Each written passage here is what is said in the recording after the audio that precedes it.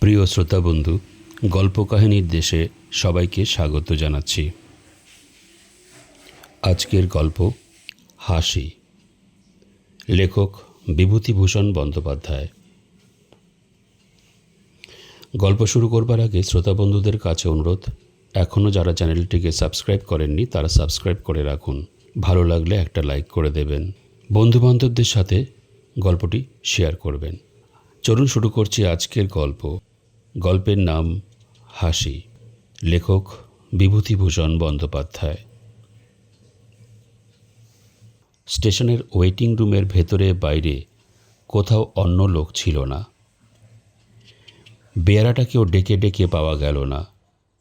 অগত্যা চায়ের আশায় জলাঞ্জলি দিয়ে আমরা কয় বন্ধু বেশ করে র্যাক টেনে নিয়ে ইজি চেয়ারে শুয়ে পড়লাম। মাঘের শেষ যদিও, শীত কিন্তু বাংলাদেশের পৌষ মাসের চেয়েও বেশি। রমেন বলল, ওহে, তোমরা যা বোঝো করো, আমি কিন্তু চা না হলে রাত কাটাতে পারবো না। বসো তোমরা, একটা ব্যবস্থা দেখি। দোর খোলার সঙ্গে সঙ্গে এক ঝলক তীক্ষ্ণ শীতল পশ্চিমে বাতাস তীরের মতো ঘরে ঢুকতেই আমরা হাহা করে উঠলাম। রমেন ততক্ষণে চলে গিয়েছে। খোলা দোরটা বন্ধ করে দিতে গিয়ে চেয়ে দেখি বাইরে বেজায় কুয়াশা। পৃথ্বীশ আমাদের দলের দার্শনিক। এতক্ষণ সে র্যাক দিয়ে আপাদমস্তক আবৃত করে শুয়েছিল। হঠাৎ মুখ খুলে গম্ভীরভাবে বলল, দেখো, আমার কিন্তু একটা আনক্যানি সেন্সেশন হচ্ছে। কেন বলো তো? আমি বললাম, কিভাবে আনক্যানি? ভূতটুত? সে র্যাক খুলে ফেলে ইজি চেয়ারে উঠে বসল। চারিধারে চেয়ে দেখে বলল, তা ঠিক জানি না, কিন্তু কেমন যেন। আমরা সকলেই ততক্ষণে পুনরায় খাড়া হয়ে উঠে বসেছি। সলিল বলল, বিচিত্র নয়, আমি একটা ব্যাপার জানি। এই রকম একটা স্টেশনের ওয়েটিং রুমে রাত 10টার পরে লোক থাকতে পারত না। শুধু তাই নয়, একবার অনেক রাতের ট্রেনে এক ভদ্রলোক নেমে রাতের মতো স্টেশনের ওয়েটিং রুমেই ছিলেন। সকালেও তিনি ওঠেন না দেখে সকলে তুলতে গিয়ে দেখল তিনি অচৈতন্য অবস্থায় মুখ উপুর করে পড়ে আছেন।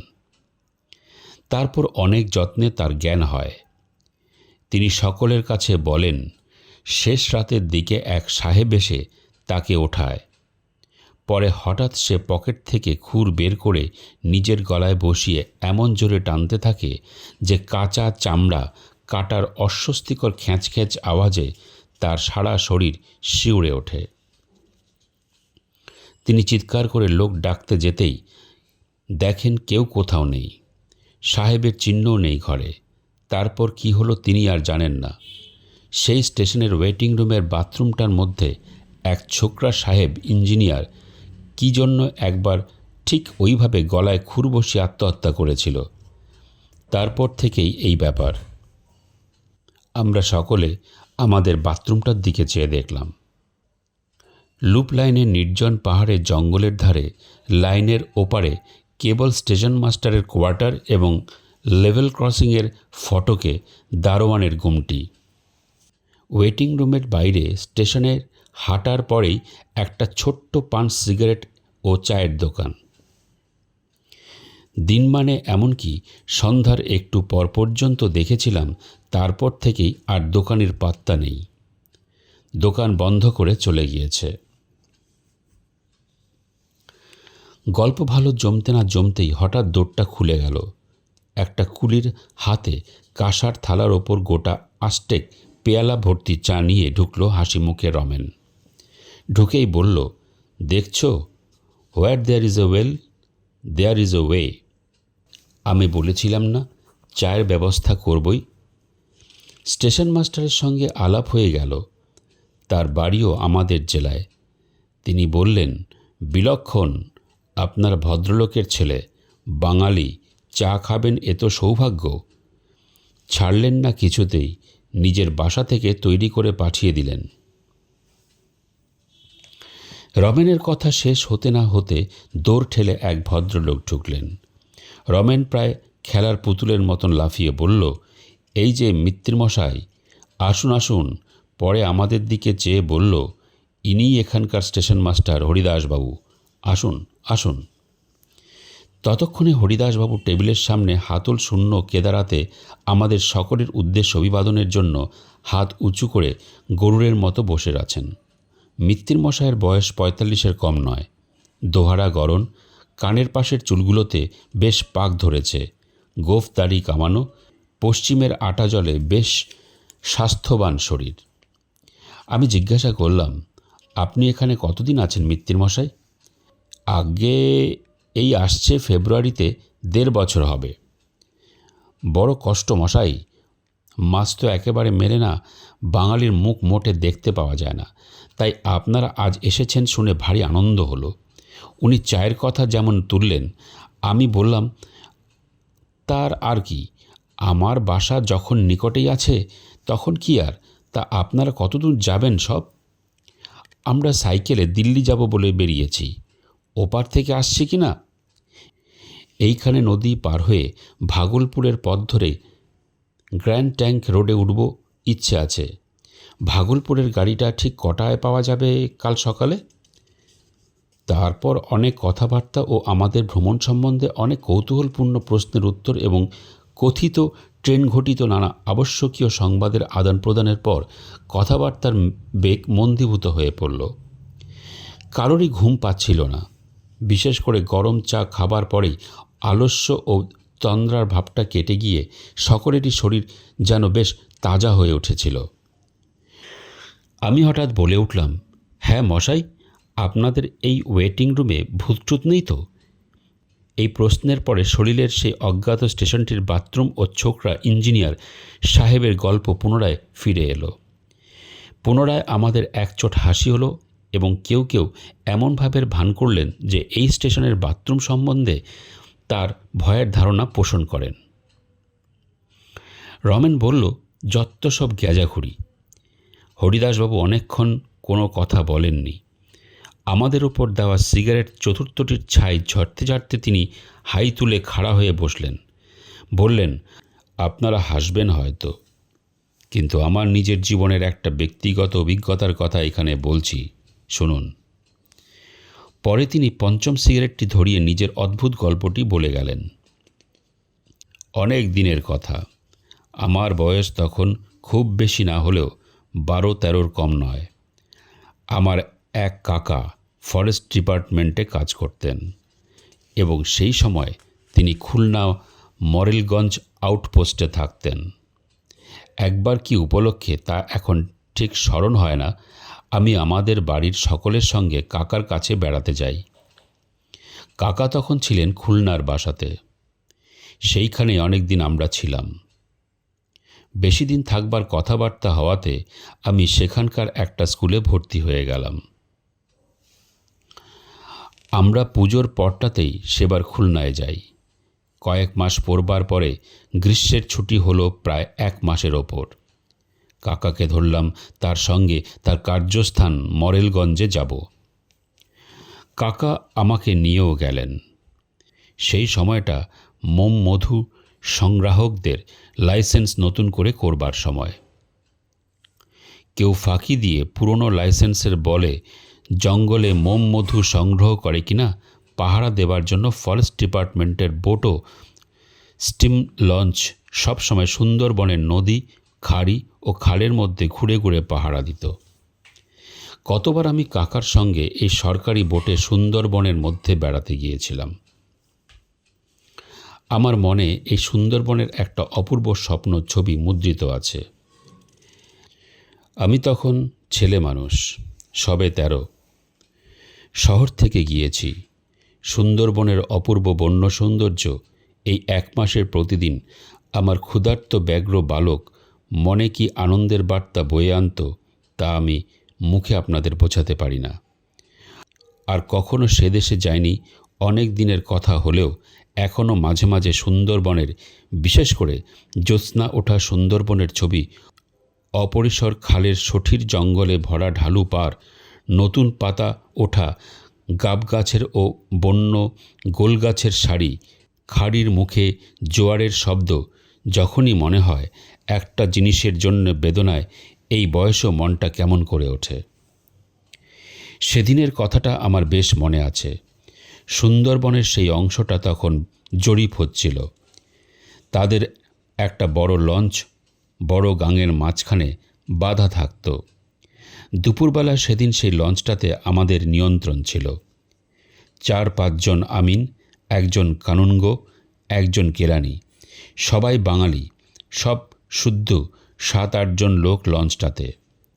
খাওয়া দাওয়াটা খুব গুরুতর রকমের হলো। তারপর একটু গান বাজনাও হলো। বেলা পড়ে গেলে সেখান থেকে বিদায় নিয়ে আমাদের বজরাটা ছাড়লাম। ক্রমে রাত হলো, জ্যোৎস্না উঠল। খালের দুধারে নতুন পাতা ওঠা বনের মাথাটা জ্যোৎস্নার চিকচিক করছিল। দূর থেকে নৈশ পাখির 2-1টা অদ্ভুত রকমের ডাক কানে আসছিল। জোয়ারের জলে মগ্ন গোলগাছের আন্তঃশাখাগুলো ভাটার পরে একটু একটু করে জল থেকে জেগে উঠতে লাগল। বাঘের উপদ্রবের ভয়ে সবসময় আমাদের বজরাতে 2 জন বন্দুকধারী সিপাহী থাকত।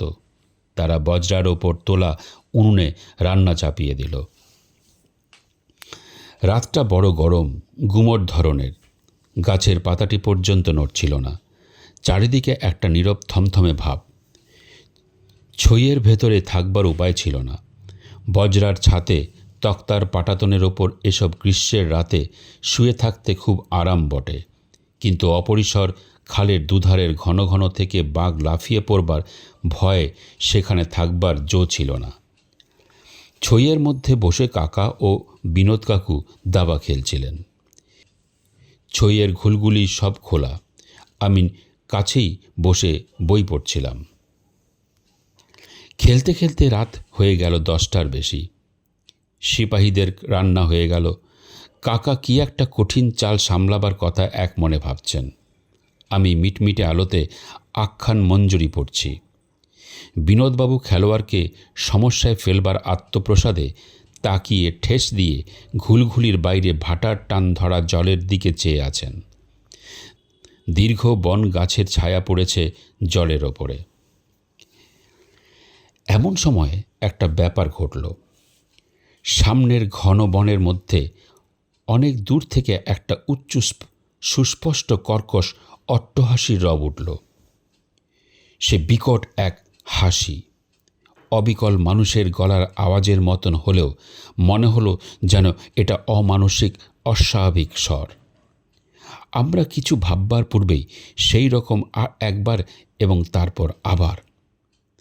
হাসির শব্দটা এত উচ্চ এবং তীক্ষ্ণ যে মনে হলো বনের গাছগুলো কেঁপে কেঁপে উঠছে, মাটি যেন কাঁপছে, বোটটা যেন দুলছে। সিপাহীরা তাড়াতাড়ি খাওয়া ছেড়ে উঠে এলো। কাকা, বিনোদবাবু, আমি সকলেই ছইয়ের বাইরে এলাম। গাছপালা ছবির মতন দাঁড়িয়ে আছে। কোথাও হাওয়া নেই, পাতাটি পর্যন্ত নড়ছে না। সম্মুখে জ্যোৎস্না রাতের চাঁদ বন গাছের আড়ালে ঢলে পড়েছে। বিনোদবাবু বললেন, কি মশাই, রামবাবু, ব্যাপারটা কি? মাঝিরা ভারী ভয় পেয়ে গিয়েছে। তারা বজরার মাস্তুরের তলায় গোল হয়ে দাঁড়িয়ে একদৃষ্টে বনের দিকে চেয়ে রয়েছে। আমরা সকলে ছইয়ের মধ্যে ঢুকতে যাচ্ছি, এমন সময় আবার সেই হাসির শব্দটা উঠল। এক সাংঘাতিক ভয়ানক হাসির শব্দ। শব্দটি এত ক্রূর এবং মর্মস্পর্শী যে আমাদের সকলের গায়ে কাঁটা দিয়ে উঠল। কাকা ও বিনোদবাবু ছইয়ের মধ্যে পরস্পরের মুখ চাওয়াচাই করলেন। কাকা বললেন, কি মশাই, হায়না নাকি? কিন্তু তার মুখ দেখে ও গলার সুরে মনে হলো তিনি কথাটা নিজেই বিশ্বাস করেন না। তারপর পরামর্শ হলো নৌকাটা সেখান থেকে সরানো যায় কিনা, কিন্তু ভাটার টান এত বেশি যে বড় গাঙের টান ঠেলে তত রাত্রে কোনো মতে অত ভারী বজরাটা উজানে নেওয়া চলে না। অগত্যা সেইখানে রাত কাটাতে হলো। সবাই জেগে রইল, কারোর চোখে ঘুম এলো না সেই রাত্রে। শেষ রাত্রে একবার শব্দটা শুনলাম। বনভূমি নিস্তব্ধ। চাঁদ ডুবে গিয়ে চাঁদ ডুবে গিয়ে নদী, আকাশ, বন সব অন্ধকারে এলাকা। আমার চোখ ঘুমে ঢুলে এসেছে। এমন সময় অন্ধকার ভরা গভীর বনভূমির দিক থেকে আর একবার সেই বিকট হাসির রোল উঠল। শেষ রাতে চাঁদ ডোবা অন্ধকারে সেটা এত অমানসিক, এত পৈশাচিক ঠেকল যে তখন আমার বালক বয়স হলেও হাসিটার প্রকৃত রূপ বুঝে বুকের রক্ত যেন হিম হয়ে গেল। সকালে জোয়ারের মুখে বজরা ছেড়ে আমরা দুপুরের সময় স্টিম লঞ্চে ফিরে এলাম। সেখানে সব কথা শুনে প্রধান সারেং খালাসিদের মধ্যে কেউ কেউ বললে এই শব্দটা এর আগেও তারা শুনেছে, তবে স্থানটা বড় গভীর বনের মধ্যে বলে সেই দিকটায় লোক চলাচল খুব কম। শোনা গেল ওই বনের মধ্যে নাকি অনেক দূর গেলে প্রাচীনকালের ঘরবাড়ির চিহ্নও পাওয়া যায়। জঙ্গলের মধ্যে শ্রেণীবদ্ধ বৃদ্ধ বকুল গাছের সারি দেখে মনে হলো কোনো সময় সেই সব স্থানে লোকের বাস ছিল। সে যাই থাকুক, আজও এতদিন পরে যখনই কথাটা মনে পড়ে তখনই এই কথাটাই মনে হয়। গভীর রাত্রির অন্ধকারে জনহীন জনপদের ধ্বংসস্তূপের চারপাশে ঘূর্ণায়মান কোনো অভিশপ্ত অশরীরী আত্মার পৈশাচিক উল্লাস ভরা অট্টহাসি সেদিন কানে গিয়েছিল। তাই হাসির রোলটা যখনই মনে আসে আজও এতকাল পরেও যেন সারা শরীর শিউরে ওঠে।